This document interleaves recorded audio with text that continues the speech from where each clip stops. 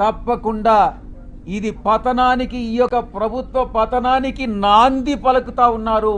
వాళ్లే నాంది పలుకుతున్నారు అన్నటువంటి విషయంలో సందేహమే లేదు. ఇక రెండవ అంశం, ఎవరైతే నాయకులు ఉన్నారో వైఎస్ఆర్ కాంగ్రెస్ పార్టీ నాయకులు, వాళ్ళందరి మీద బురద చల్లడం. ఆ బురద చల్లడంలో కూడా ఒక క్రమంలో, ఒక క్రమబద్ధంగా, ఒక అన్ని వాళ్లకున్నటువంటి వసతులన్నిటినీ ఉపయోగించుకొని బురద చల్లేటటువంటి కార్యక్రమం, ఆరోపణలు, నిరాధారమైనటువంటి ఆరోపణలు చేసేటటువంటి కార్యక్రమం చేపడతా ఉన్నారు.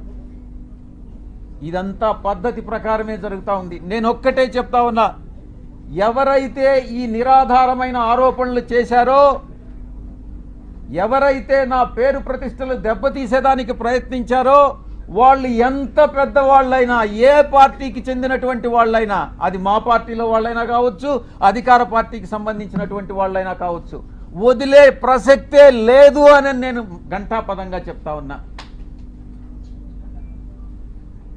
ఇక ఎవరైతే ఈరోజు ఇంకొక విషయం కూడా చెప్పాలి మీకు. ఎవరో ఒక వ్యక్తి, ఇద్దరు మోటార్ సైకిల్ మీద నిన్న